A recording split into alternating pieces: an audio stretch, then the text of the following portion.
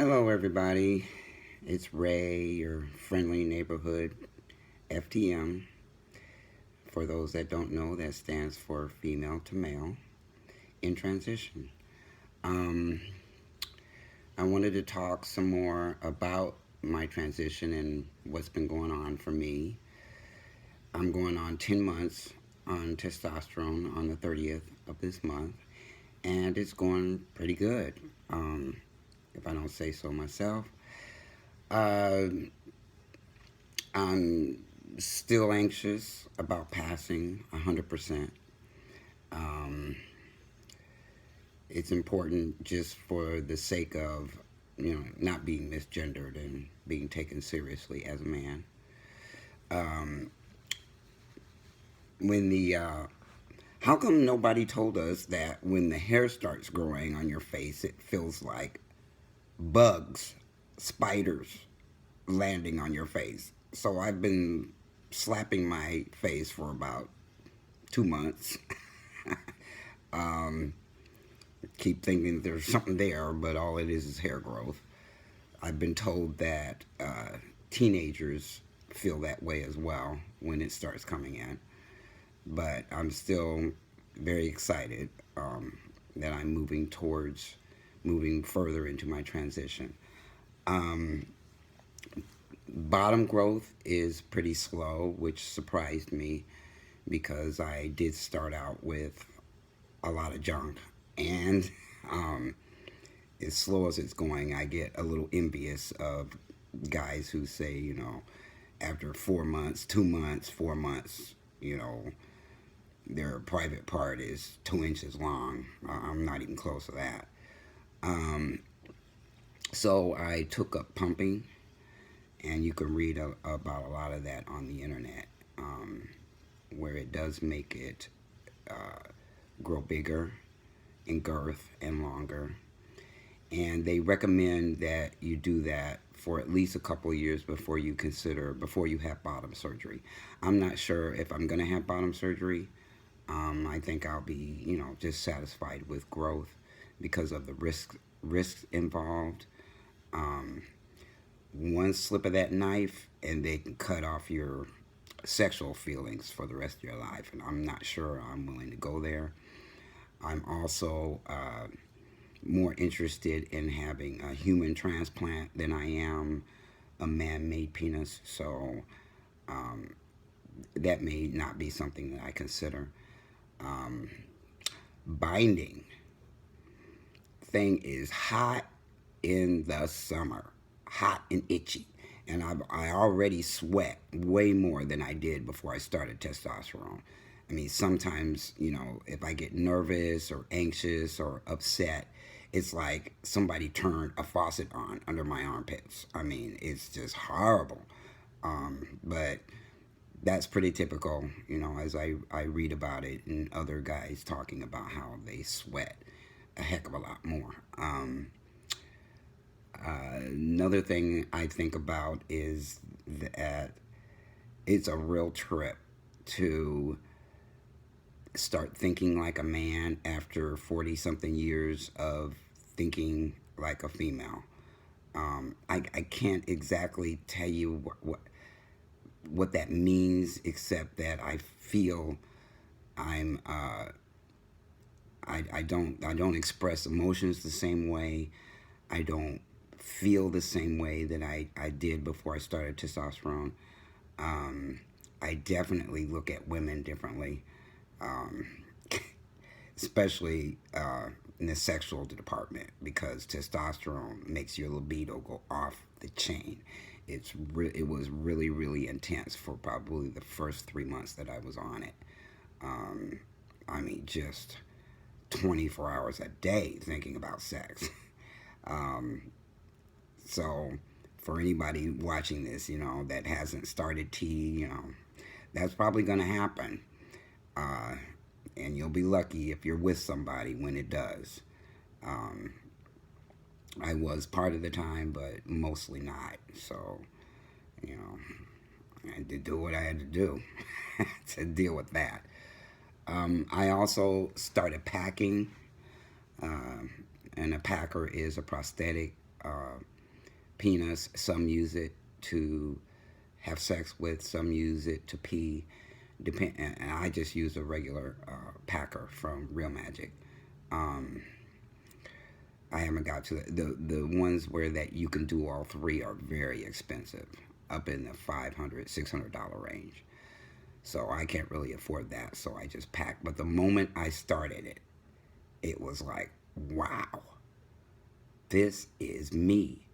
I mean, when I was a little boy, the first time I saw a penis, I thought, I want one of those. I mean, I thought something was missing. And the moment that I started packing, I totally felt that it was me. And that's why I do it. I love looking down. I'm obsessed with it. I was obsessed with it probably for the first couple months. Um, with just, feeling more and more like a man. Um, I also started a group for female women supporters of trans men on Facebook. And it wasn't my idea.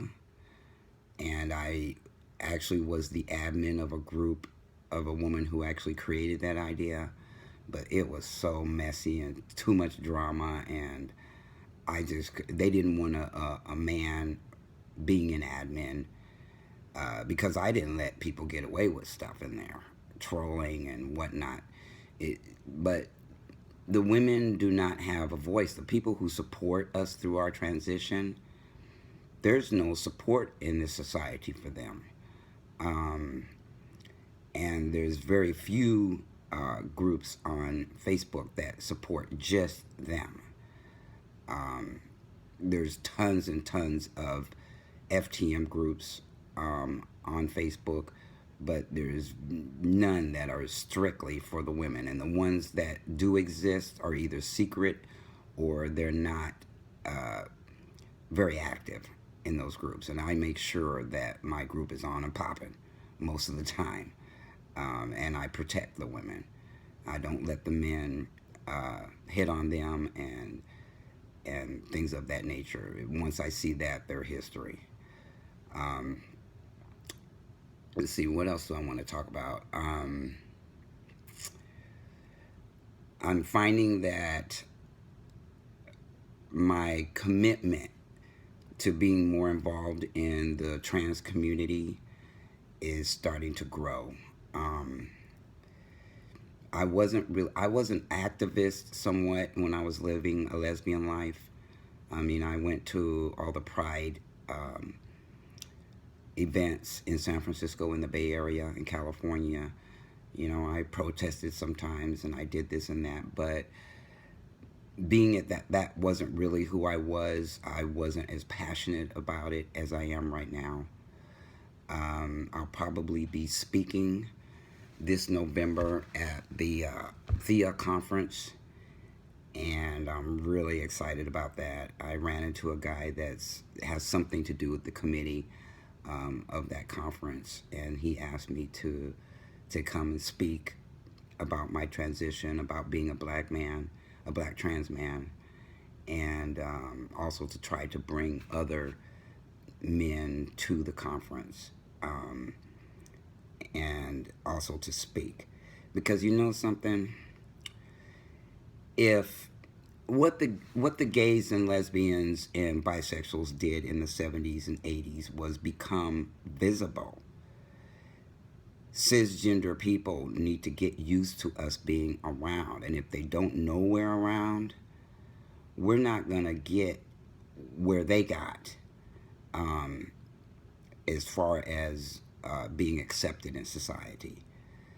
It's not like we're trying to shove who we are down anybody's throats, but they need to get used to us and to know that we're here. When people ask me in public, what exactly are you? I tell them straight up, I'm an FTM. I'm a female to male in transition. I do not try to hide. There are a lot of FTMs that for safety reasons, for other reasons, they are stealth. And I not quite understanding exactly the meaning behind that, because again, if we don't stand up and be counted, if we don't stand for something, we can fall for anything. If we don't fight for our rights and we let everybody else do it, it's going to take longer to be accepted in the society. And we're going to have to do it the same way the LGBT community did it. So I'm going to be out there fighting for our rights, and having people get used to the idea that we're just anybody else that just happens to be trans. Um, so I want to encourage those. And I'm in one of the largest LGBT communities in the nation, and I'm just absolutely amazed at how ununited we are, especially black trans men. I don't hardly see any of them out there in the circles that I travel in. And I go to quite a few different kinds of trans meetings. And I was talking with the guy that asked me to speak at the conference about this. The fact that there are so many of us here and nobody's really getting it together. And it's the same with the black community. Exact same thing. Everybody's pretty self-involved, and just looking out for themselves and not really realizing that the only way we're going to move forward is if we move forward together and in numbers. The more they see of us, the more they're going to realize we're not going anywhere, and we're not going to hide, and we're not afraid. I'm afraid. You know what? I really am. But I'm more of afraid of spending the rest of my life without ever experiencing the acceptance that I experienced when I was living a lesbian life. I really want to experience that again. And as a trans man, as who I really am, and to sit side by side with my brothers and sisters, no matter what their sexual orientation is or their gender identity is, that we all just live in love together, and realize that we contribute to society, so we have a right to be treated like human beings. Anyways, that's all I wanted to say today. I will continue to come up with things that I can talk about, but I just wanted to. Is there anything else I wanted to say that I didn't say? I can't wait until the VA offers top surgery.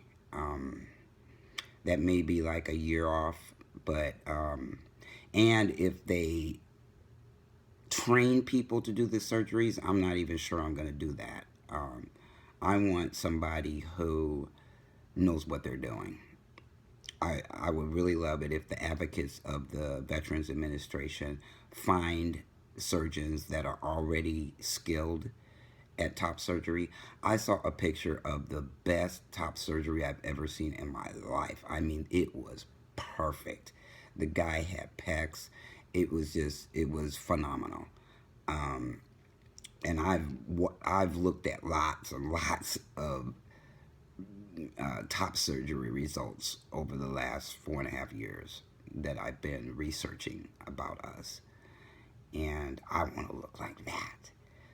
But it really depends on how well they care that we look good as a result of the surgery, and don't do all the screw ups that a lot of people have experienced out there. If they do train inside, I'll probably end up one of those people on a GoFundMe site asking for help to get top surgery, because I want the best, because I am the best.